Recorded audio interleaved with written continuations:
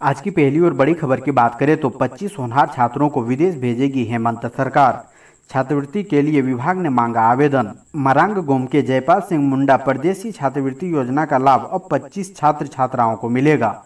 अनुसूचित जनजाति श्रेणी के 10 छात्रों के लिए शुरू की गई इस योजना का दायरा बढ़ा दिया गया है। इसमें एससी, ओबीसी और अल्पसंख्यक वर्ग को भी जोड़ दिया गया है। इन तीनों वर्ग से 15 होनहार छात्रों को उच्च शिक्षा के लिए विदेश भेजा जाएगा। इसके लिए अनुसूचित जनजाति, पिछड़ा वर्ग और अल्पसंख्यक विभाग ने योग्य छात्रों से www.mgos.jharkhand.gov.in पर 25 जून तक आवेदन देने को कहा है। अगली बड़ी खबर की बात करें तो फिर बढ़ा कोरोना का खतरा। मरीजों में बुखार और बदन दर्द के साथ मिल रहे डायरिया के लक्षण। लंबे अंतराल के बाद एक बार फिर से धनबाद में कोरोना वायरस से संक्रमित कुल मरीजों की संख्या 3 हो गई है। इसमें 2 मरीजों को प्रशासन की ओर से होम आइसोलेशन की सुविधा प्रदान कर दी गई है, जबकि एक एक्टिव केस टाटा के जामा डोभा अस्पताल में इलाजरत है। ऐसे में शहर में एक बार फिर से कोरोना वायरस का संक्रमण फैलने की आशंका बढ़ गई है। मामले की गंभीरता को देखते हुए जिला महामारी रोग नियंत्रण विभाग की ओर से इन मरीजों के संपर्क में आने वाले लोगों की जांच की जा रही है। अगली बड़ी खबर की बात करें तो मानव तस्करी की शिकार झारखंड की 9 बच्चियों और एक बालक को दिल्ली से कराया गया मुक्त। झारखंड मुख्यमंत्री हेमंत सोरेन के निर्देश पर मानव तस्करी की शिकार झारखंड के खूंटी जिले की 7 बच्चियां, गिरिडीह जिले की 2 बच्चियों और एक बालक को दिल्ली से मुक्त कराकर शुक्रवार को ट्रेन से यहां लाया गया। आधिकारिक प्रवक्ता ने बताया कि महिला एवं बाल विकास विभाग के निदेशक ए डोडे ने निर्देश दिया है कि जिस भी जिले के बच्चों को राज्य के बाहर से मुक्त कराकर लाया जाता है, उस जिले के जिला समाज कल्याण पदाधिकारी एवं बाल संरक्षण पदाधिकारी द्वारा बच्चियों एवं बच्चों को वापस अपने जिले में पुनर्वासित किया जाएगा। अगली बड़ी खबर की बात करें तो जैक ने 9वीं से 11वीं बोर्ड परीक्षा प्रोग्राम किया जारी। जैक यानी कि झारखंड एकेडमिक काउंसिल ने 8वीं, 9वीं व 11वीं दूसरे टर्म की परीक्षा बोर्ड की तिथि घोषित कर दी है। कक्षा 9वीं की दूसरे चरण की परीक्षा 15 जून, 11वीं की 16 व 8वीं की 28 जून से शुरू होगी। आपको बता दें कि वर्ष 2022 की परीक्षा 2 टर्म में ली जा रही है। प्रथम चरण की परीक्षा संपन्न हो चुकी है। दोनों चरण के प्राप्तांक के आधार पर फाइनल रिजल्ट जारी किया जाएगा। पहले चरण की परीक्षा OMR सीट पर हुई थी। दूसरे चरण की परीक्षा उत्तर पुस्तिका पर ली जाएगी। परीक्षा में अति लघु उत्तरीय व दीर्घ उत्तरीय सभी प्रश्न पूछे जाएंगे। फर्स्ट टर्म की परीक्षा में केवल बहुविकल्पिक प्रश्न पूछे गए थे। परीक्षा उन्हीं केंद्रों पर होगी जिन केंद्रों पर फर्स्ट टर्म की परीक्षा ली गई थी। अगली बड़ी खबर की बात करें तो झारखंड आंदोलन के सभी आंदोलनकारियों की पहचान का कार्य शुरू। 3500 से 7000 रुपए तक पेंशन मिलेगी। मुख्यमंत्री हेमंत सोरेन ने अलग झारखंड राज्य बनाने के आंदोलन में शामिल रहे सभी आंदोलनकारियों की पहचान के कार्य की शुक्रवार को शुरुआत की और घोषणा की है कि आंदोलन में किसी भी तरह की भूमिका निभाने वालों को 3500 रुपए से लेकर 7000 रुपए तक की पेंशन एवं अन्य लाभ दिए जाएंगे। इस उद्देश्य से सचिवालय में आयोजित एक कार्यक्रम में मुख्यमंत्री हेमंत सोरेन ने कहा, एक आंदोलनकारी को पूरा मान सम्मान और अधिकार देने का राज्य सरकार ने संकल्प लिया है। इस आंदोलन के अंतिम पंक्ति में शामिल आंदोलनकारियों को भी चिन्हित कर उनका हक दिया जाएगा। अगली बड़ी खबर की बात करें तो एक बार फिर सुप्रीम कोर्ट जाएगी झारखंड सरकार। हो रहा है आदेश का इंतजार। झारखंड सरकार एक बार फिर शिव शंकर शर्मा की याचिकाओं को सुनने योग्य माने जाने के फैसले को सुप्रीम कोर्ट में चुनौती देगी। शिव शंकर शर्मा की खान आवंटन और सेल कंपनियों से जुड़ी 2 याचिकाओं को शुक्रवार को झारखंड हाई कोर्ट ने सुनने योग्य माना था और कहा था कि अब इनकी मेरिट पर सुनवाई होगी। सर्वोच्च न्यायालय के 24 मई के फैसले के बाद झारखंड हाई कोर्ट में रीट याचिका 727/2022 और रीट याचिका 4290/2021 पर शुक्रवार को मेंटेनेबिलिटी पर फैसला आया। झारखंड हाईकोर्ट के मुख्य न्यायाधीश डॉक्टर रवि रंजन और जस्टिस सुजीत नारायण प्रसाद ने याचिका को सुनने योग्य बताते हुए आगे की कार्रवाई शुरू करने का आदेश दिया। अगली बड़ी खबर की बात करें तो अब झारखंड में उठी जातीय जनगणना की मांग। सुदेश महतो ने हेमंत सोरेन को लिखा पत्र। आजसू पार्टी के केंद्रीय अध्यक्ष सुदेश महतो ने बिहार की तरह झारखंड में भी जातीय जनगणना की मांग उठाई है। इसे लेकर उन्होंने राज्य के मुख्यमंत्री हेमंत सोरेन को दूसरी बार पत्र लिखा है। उन्होंने अपने पत्र में कहा है कि हाल ही में बिहार में सरकार ने सर्वदलीय बैठक कर सभी जाति और धर्म के लोगों की गिनती कराने पर सहमति बनाई है। इस पर होने वाले खर्च भी वहाँ की राज्य सरकार करेगी। झारखंड में भी जातीय जनगणना यहाँ की जरूरत है और इसे नकारा नहीं जा सकता। सुदेश महतो ने यह भी लिखा है कि जातीय जनगणना आंकड़े आरक्षण के सीमाएं तय करने में भी अहम भूमिका निभाते हैं। झारखंड में पिछड़े वर्ग का आरक्षण बढ़ाने की मांग जातीय आबादी के दावे के साथ सालों से उठती रही है। अगली बड़ी खबर की बात करें तो विटामिन, कैल्शियम और सर्दी खांसी की दवाएं भी बाहर से खरीद रहे मरीज। धनबाद मेडिकल कॉलेज अस्पताल SNMMCH में दवाओं की घोर किल्लत बनी हुई है। इस अस्पताल के OPD स्थित सरकारी दवाखाना में मात्र 17 प्रकार की दवाएं बची है। यह वे दवाएं हैं जिसका इस्तेमाल बहुत कम होता है। आमतौर पर यहाँ 150 प्रकार की दवाएं होती है। स्थिति इतनी खराब है कि यहाँ विटामिन, कैल्शियम और सर्दी खांसी की दवाई भी मरीजों को नहीं मिल रही है। यह स्थिति पिछले 2 महीने से बनी हुई है। धीरे धीरे दवाओं की संख्या कम होती जा रही है और मरीजों की परेशानी बढ़ती जा रही है। मुफ्त इलाज की आस लेकर यहाँ आने वाले मरीजों को सारी दवाएं बाहर से खरीदनी पड़ती है।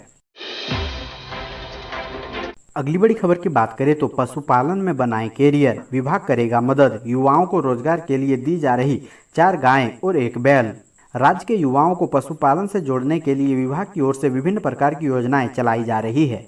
इस योजना से बेरोजगार युवक युवती स्वरोजगार से जुड़ सकते हैं। विभिन्न योजनाओं में सरकार की ओर से अनुदान दिया जा रहा है ताकि लोग अपने पैरों पर खड़े हो सके। शनिवार को धनबाद के टाउन हॉल में आयोजित 1 दिवसीय प्रशिक्षण सह कार्यशाला में यह बातें रांची से आए पशुपालन विभाग के निदेशक शशि प्रकाश झा ने कही। अगली बड़ी खबर की बात करें तो राजू खान गोलीकांड का मुख्य साजिशकर्ता सहित 4 अपराधी गिरफ्तार। बड़ी खबर गिरिडीह से, जहां पुलिस ने चर्चित राजू खान गोली हत्याकांड का मुख्य साजिशकर्ता समेत 4 आरोपितों को गिरफ्तार किया है। सभी आरोपितों के खिलाफ नगर थाना में प्राथमिकी दर्ज था। मामले में थाना प्रभारी राम नारायण चौधरी ने प्रेस कॉन्फ्रेंस के दौरान बताया कि गोलीकांड के मुख्य साजिशकर्ता शिवम आजाद का सहयोगी विकास कुमार के निशानदेही पर शिवम आजाद और उनके 2 शूटर गुलाम रसूल उर्फ गप्पू और विजय हांडी को भी धनबाद से गिरफ्तार किया गया। थाना प्रभारी ने बताया कि बस स्टैंड में वर्चस्व बनाए रखने एवं ठेकेदारी में हिस्सा नहीं देने का राजू खान द्वारा विरोध करने पर राजू खान की हत्या के लिए शिवम आजाद ने एक षड्यंत्र के तहत गोली चलवाया। अगली बड़ी खबर की बात करें तो पंचायत चुनाव के दौरान सैकड़ों लोगों के खिलाफ धारा 107 के तहत मामला हुआ दर्ज। विधायक ने उठाए सवाल। त्रिस्तरीय पंचायत चुनाव संपन्न हो चुका है। अब गांव की सरकार बनकर तैयार है, लेकिन पंचायत चुनाव को लेकर जिला प्रशासन की कार्रवाई पर हजारीबाग सदर विधायक मनीष जायसवाल ने सवाल खड़े किए हैं। उनका कहना है कि हर थाने से लगभग 100 लोगों पर 107 की कार्रवाई करना सरासर गलत है। पंचायत चुनाव के दौरान जिला प्रशासन ने लगभग सभी थाने में 100 से अधिक लोगों पर धारा 107 के तहत कार्रवाई करते हुए नोटिस भेजा था। अब जिला प्रशासन के इस कार्रवाई पर सवाल उठना शुरू हो गया है। जनप्रतिनिधियों ने भी प्रशासन की कार्रवाई पर सवाल खड़े करते हुए कहा है कि एक नई परिपाटी की शुरुआत हजारीबाग जिले में की गई है। चुनाव के दौरान पहले यह परिपाटी नहीं थी कि 107 की नोटिस जारी किया जाए। अगली बड़ी खबर की बात करें तो 1854 स्कूलों में होगी कंप्यूटर की पढ़ाई। 2 निजी कंपनियों को मिली लैब की जिम्मेदारी। झारखंड के सरकारी स्कूल के बच्चे अब कंप्यूटर की पढ़ाई करेंगे। इसके लिए तैयारियां पूरी हो गई है। कंप्यूटर की पढ़ाई करने की जिम्मेदारी निजी कंपनियों को दी गई है। ऐसे संभावना है कि चयनित स्कूलों में अगले महीने से पढ़ाई शुरू हो जाएगी। कंप्यूटर की पढ़ाई राज्य के 1854 स्कूलों में कराई जाएगी। 1 जुलाई से शुरू होने जा रहे शैक्षणिक सत्र से कंप्यूटर की पढ़ाई शुरू की जाएगी। इस संबंध में झारखंड शिक्षा परियोजना द्वारा सभी जिलों को दिशा निर्देश भेजा गया है।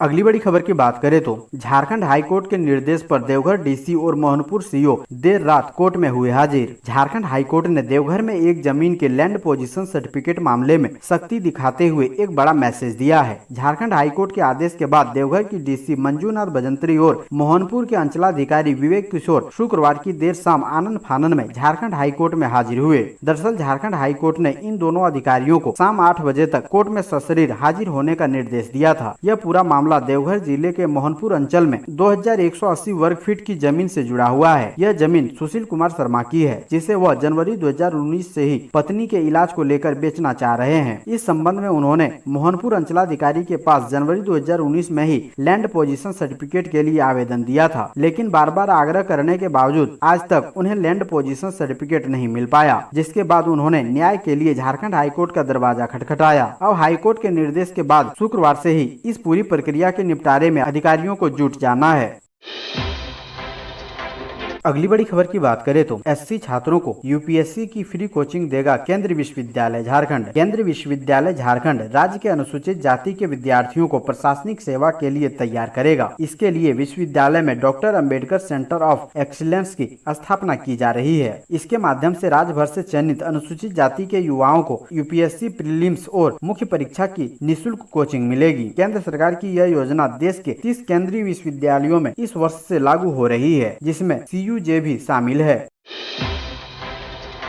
अगली बड़ी खबर की बात करें तो हेमंत सोरेन के विधायक प्रतिनिधि पंकज मिश्रा के खिलाफ दर्ज केस को ईडी ने किया टेक ओवर। अब शिकंजे में आएंगे ये बड़े नेता। परिवर्तन निदेशालय ने साहिबगंज के बड़रवा में जून 2020 के टेंडर विवाद में दर्ज केस को टेक ओवर कर लिया है। ईडी ने इसमें मनी लॉन्ड्रिंग के तहत केस दर्ज किया है, जिसमें मुख्यमंत्री के विधायक प्रतिनिधि पंकज मिश्रा व अन्य को आरोपित किया गया है। जाँच की आंच मंत्री आलमगीर आलम तक पहुँचने की संभावना है, क्योंकि दर्ज केस में पंकज मिश्रा व अन्य अंकित हैं। बड़रवा का यह केस शंभू नंदन कुमार उर्फ शंभू भगत ने दर्ज कराया था। उन्होंने टेंडर विवाद के एक मामले में बड़रवा थाने में मंत्री आलमगीर आलम व पंकज मिश्रा के इशारे पर मारपीट किए जाने की प्राथमिकी दर्ज कराई थी, लेकिन दोनों ही आरोपितों को साहिबगंज पुलिस ने क्लीन चिट दे दिया।